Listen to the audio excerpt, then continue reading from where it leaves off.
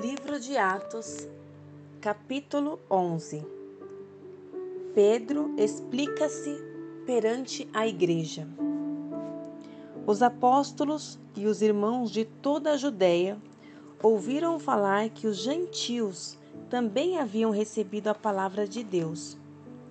Assim, quando Pedro subiu a Jerusalém, os que eram do partido dos circuncisos o criticavam, dizendo: Você entrou na casa de homens incircuncisos e comeu com eles. Pedro, então, começou a explicar-lhes exatamente como tudo havia acontecido. Eu estava na cidade de Jope, orando. Caindo em êxtase, tive uma visão. Vi algo parecido com um grande lençol sendo baixado do céu, preso pelas 4 pontas, e que vinha até o lugar onde eu estava.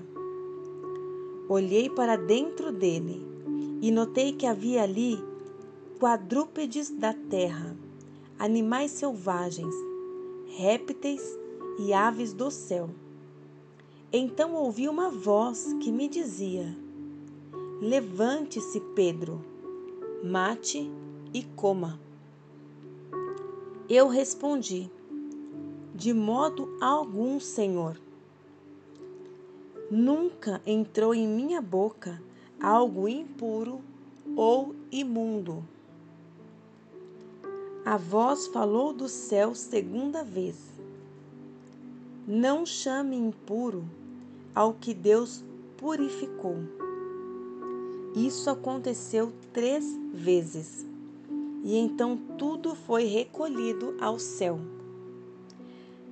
Na mesma hora, chegaram à casa em que eu estava hospedado 3 homens que me haviam sido enviados de Cesareia. O Espírito me disse que não hesitasse em ir com eles. Estes 6 irmãos também foram comigo, e entramos na casa de um certo homem. Ele nos contou como um anjo lhe tinha aparecido em sua casa e dissera: Mande buscar em Jope Simão, chamado Pedro. Ele trará uma mensagem, por meio da qual serão salvos você e todos os da sua casa. Quando comecei a falar, o Espírito Santo desceu sobre eles, como sobre nós no princípio.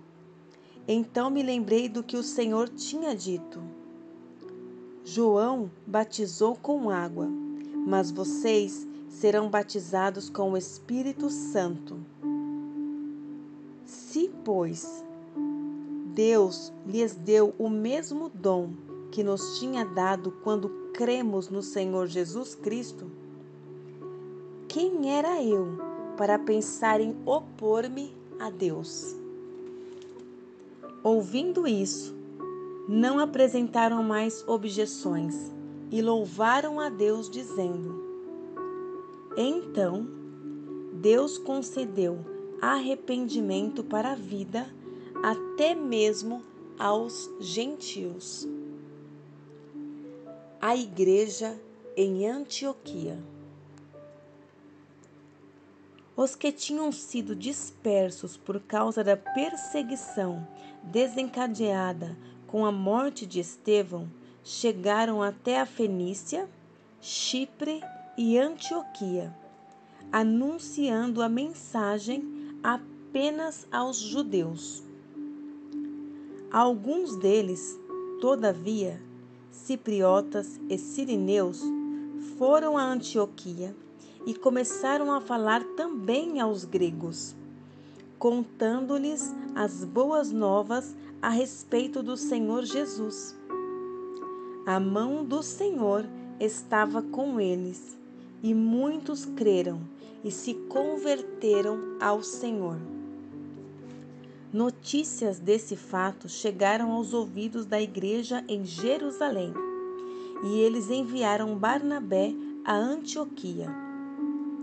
Este, ali chegando e vendo a graça de Deus, ficou alegre e os animou a permanecer fiéis ao Senhor de todo o coração. Ele era um homem bom, cheio do Espírito Santo e de fé, e muitas pessoas foram acrescentadas ao Senhor. Então Barnabé foi a Tarso procurar Saulo, e quando o encontrou, levou-o para Antioquia. Assim, durante um ano inteiro, Barnabé e Saulo se reuniram com a igreja e ensinaram a muitos. Em Antioquia, os discípulos foram pela primeira vez chamados cristãos. Naqueles dias, alguns profetas desceram de Jerusalém para Antioquia. Um deles, Ágabo, levantou-se e pelo Espírito predisse que uma grande fome sobreviria a todo o mundo romano, o que aconteceu durante o reinado de Cláudio. Os discípulos, cada um segundo as suas possibilidades, decidiram providenciar ajuda para os irmãos que viviam na Judéia.